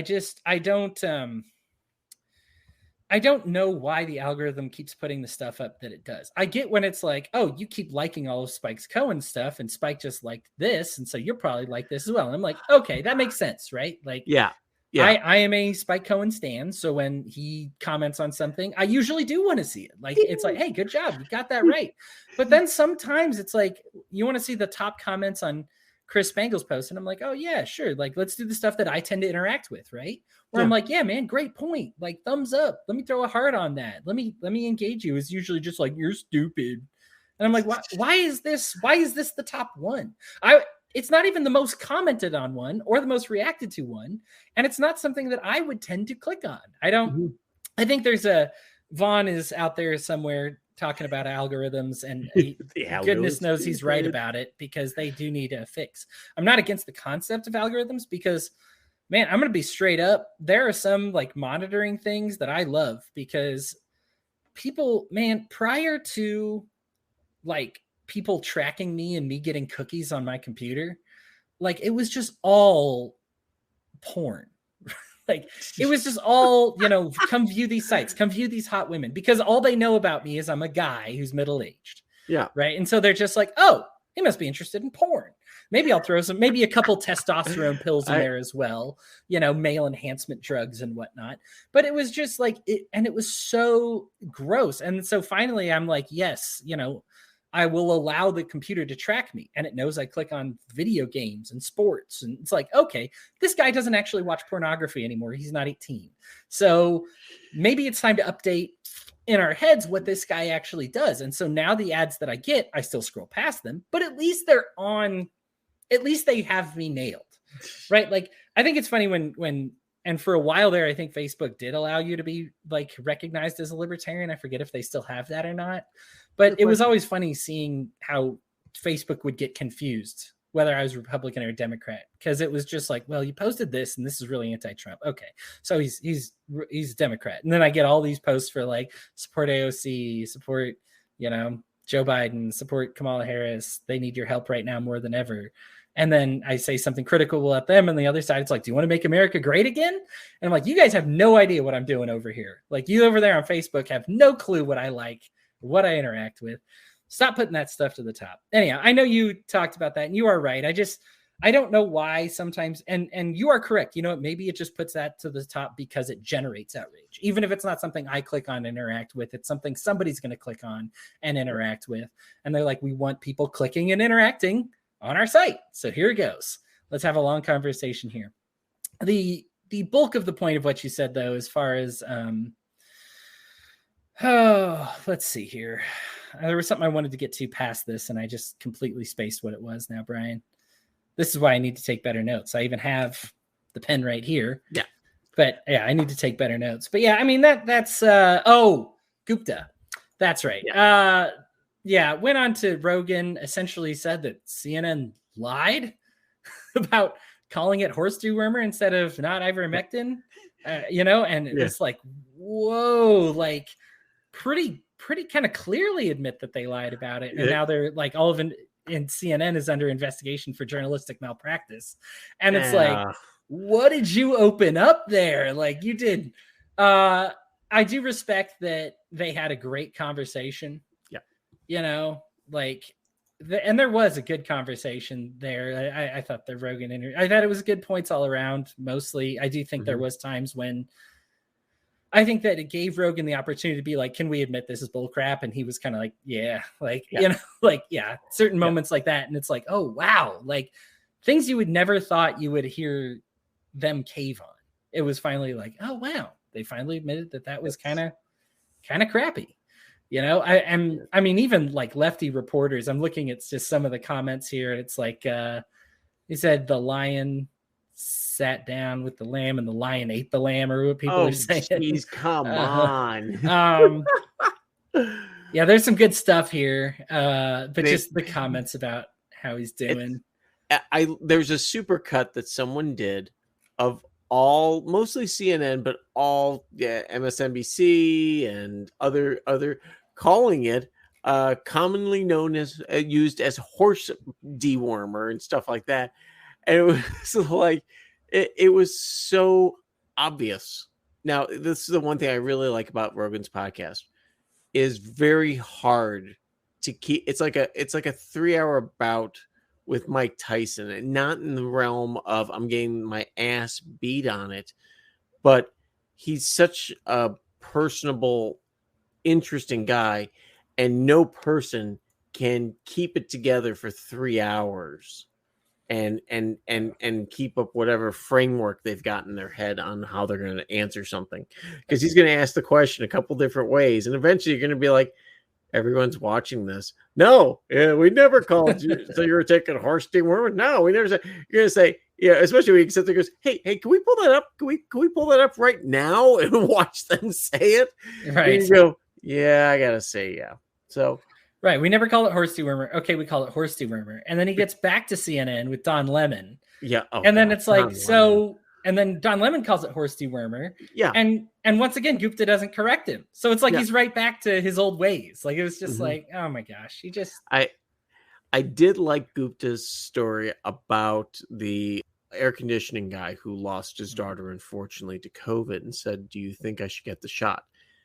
And this is an important discussion to have. And that was the first time that someone on CNN, I think probably in a while, has gone out and said, maybe we should listen to their points on why they shouldn't do it. Because he had a stent and he was told, and a lot of cardiologists have been telling their patients not to get the vax for the exact reasons of there may be coagulation issues, and the medicine that you may be on may cause havoc inside your bloodstream, which is the reason why you're under my care.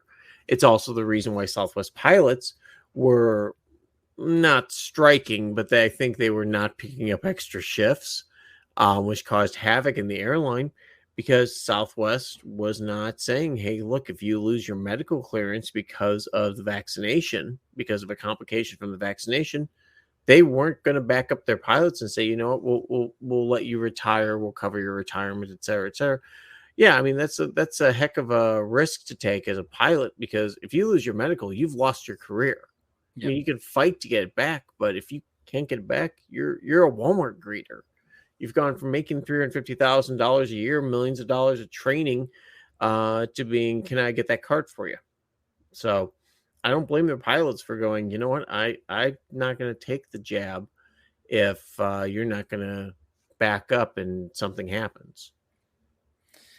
Yeah, it was for those who haven't watched it, they should watch it. Yeah. It was a good conversation. Like you said, there's good stories there. And I think if you came in strongly anti or pro vax or whatever, you left with good thinking points to the other side. Yep. I think the reason everybody's making a big deal about it is because kind of the journalistic malpractice bit, by saying like, yeah, that was, where he just said, you know, and I'm fine with him being like, you know, that was a mistake or whatever.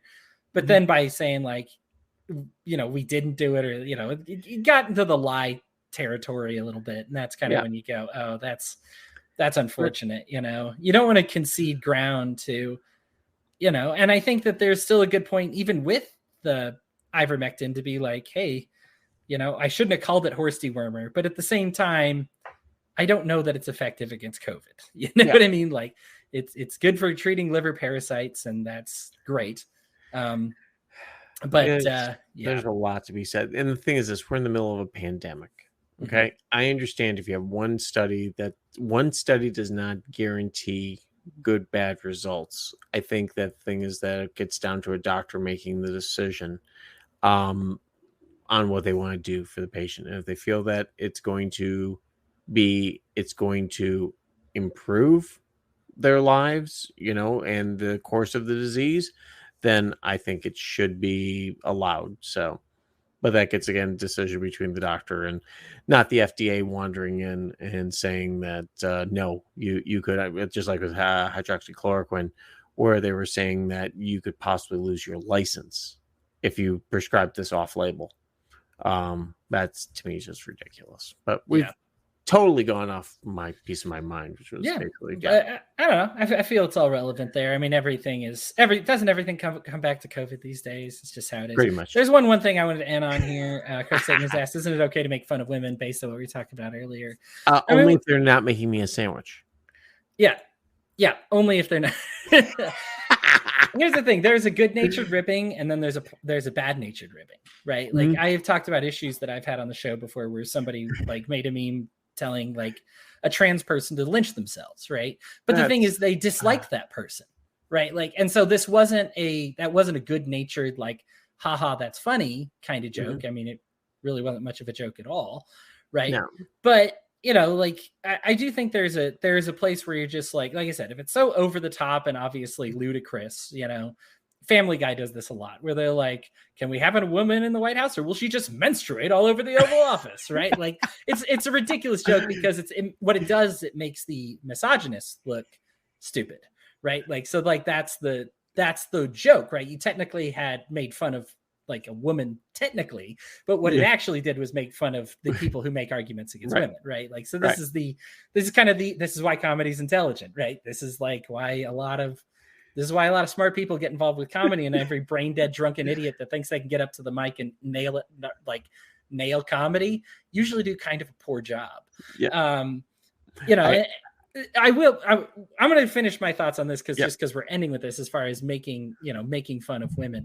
But, we want to make them in on the joke. Like, even if Brian is making fun of the girls and he knows they're independent, they know he knows that they're independent, right? Like with the whole make me a sandwich thing. It's an obvious joke, right? Like, and it's made to be like, because I know you've built me up, that stuff like that is just hilarious because I know that that's not how you feel. Yeah. Versus saying like, I think this is why it's not funny, for example, when you say that some black guy has Michelin, tire lips. Yeah. It's like, that's not really funny. First of all, it's not funny. But secondly, it's because you are angry with him, right? So this isn't a situation where you're talking about somebody that you want to build up, right? This is somebody you dislike. And so you're saying something like that. It's not really done in one of those productive ways or even a comedic way. And I understand, like, comedy doesn't have to be productive. Like, it can just make you laugh. But the thing is nobody's laughing. So now we need to analyze, why is nobody laughing? Okay, here's why nobody's laughing, right? Like, and this is what I'm trying to explain. Because it's like, oh, if you're overanalyze it, it's not funny. No, comedy does well under scrutiny. Believe me. Like satire was an entire brand of writing in literary history. For like a third of the writing was done in satire. Like, we understand that comedy is an important part of how it's done, but it can also be analyzed from a literary standpoint. So when we say this held up and this didn't hold up, why didn't it hold up? What made this hold up? Like, why did it work? What doesn't work about it? I think Chappelle, the reason we're talking about him a lot is because he told one that 50% of the people really are into it and 50% of people are not. And so some people are like, oh, I just thought it was funny. And some people are like, well, I didn't. And it's like, okay, well, now we're at a standstill. This is kind of rough. But as far as like what's funny, I mean, I'm amazed that Seth MacFarlane has made as long as he had without getting canceled. But the reason is because he's tells these in a smart way. Now, does this mean he doesn't tell jokes about race or jokes about women or jokes about stereotypical men? No, of course not. He tells all of those, right? Does he make fun of religion? And oh goodness, yes. Government, institution, yes, all these things. Yes, he makes fun of a lot of it. Why isn't he canceled?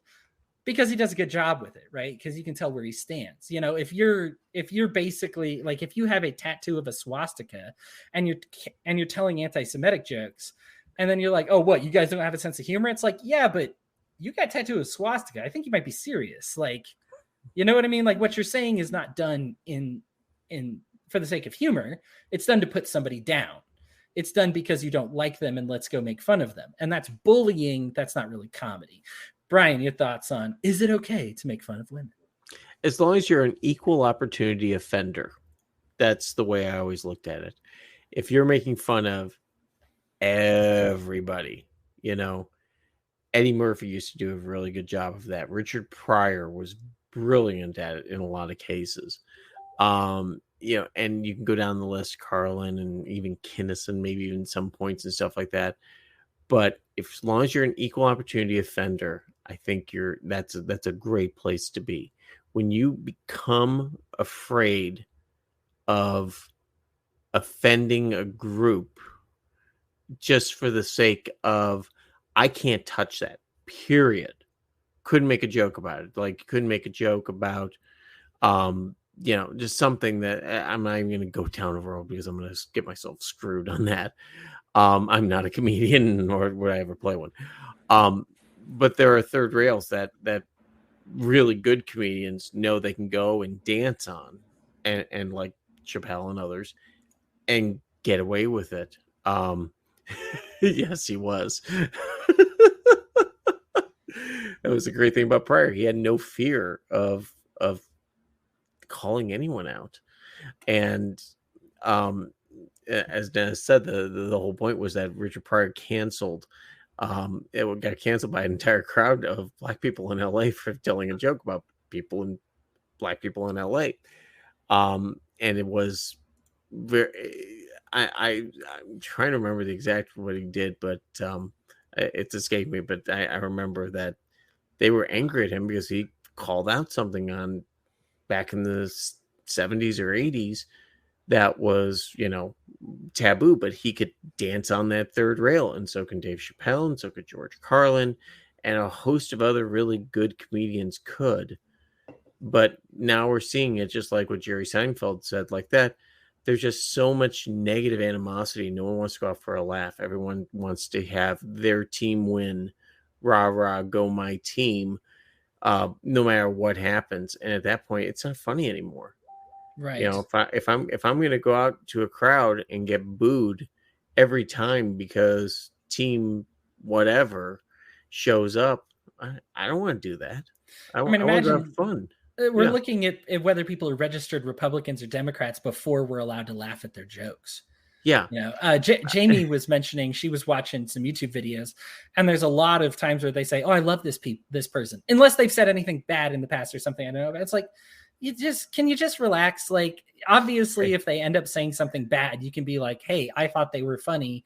I did not know they were like this." Yeah. You know, I mean, it's okay. It's okay if they've said terrible things, because I got news for you. We're all human in the end. We're all going to have terrible viewpoints. I have terrible viewpoints, I'm sure. And I'm sure you and I will disagree on a lot of them, but that's okay. My wife laughed her ass off at Miss Pat. Now, she didn't understand about 50% of what Miss Pat said, and she was the target that night for her, but she had a great time laughing at it. And Miss Pat afterwards was like, Are you good? You good? My wife had a great time. So, but you know, the thing is this: am I going to get mad at my wife for not understanding 50% of what she said? No, because you know, my wife grew up in a different culture and different dialect and things like that. So it's tougher for her to pick that up. Maybe something that she's not familiar with. But nothing Miss Pat said was mean. Nothing was like you're a dumbass or anything like that. It was good, light-hearted humor that my wife understood and loved. So yeah, that's the point. You can joke about anything as long as it's actually funny. You know, it really, I think that's a Jerry Seinfeld, it's a misquote, but something like that, you know, that there's really no off topics. And I mean, really, I watched Seinfeld, and most of those still hold up well, even to this day and age, even though things have drastically changed, because, you know, it was just, like you said, equal opportunity offender, you know, like just get about making fun of everybody. Anyhow, like I love the analysis of comedy just because I'm not a master of comedy. I'm a great appreciator, but I'm certainly not a master by any means. And it's fun to kind of to hear their process. I listened to Dion Curry once talked about like why the timing works and why it doesn't work. And he's a great friend of the show. Of course, he's on the Miss Pat, you know, podcast, the Pat Down. And he had some good insights, and it's interesting to see when you talk about why certain things work or don't. You know, I can be an actor in a play that's funny and get it, but I'm certainly not going to be able to write one. And that's it's just kind of something I'm exploring a little bit, you know, as I write more, to be like, if I were to add a little bit of humor, what would help this? Everybody, thank you so much for tuning in tonight.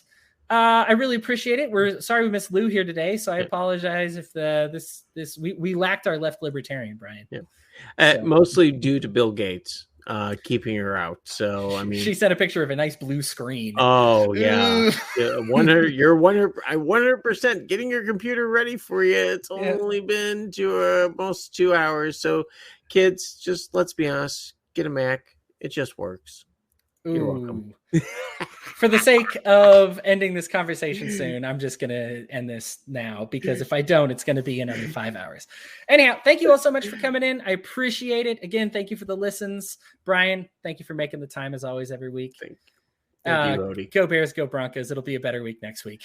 Hopefully. Bye, no, everybody. what Bears are playing Brady. God, it's going to be terrible. No. It's going to be terrible. Oh, I think we're playing the Browns next week, and they got whooped, but they got whipped by a really good Cardinals team. So. Yeah, they're gonna be. We'll see. I hope Vic's doing well. I miss Vic Fangio as our defensive coordinator. Oh, I thought you were talking about Michael Vick. No, Vic Fangio. No. Okay, I was like, you missed Michael Vick. No. All right, now we have to delay the program. No, I agree. Yeah. All right, everybody. Good night. Kisses. Bye.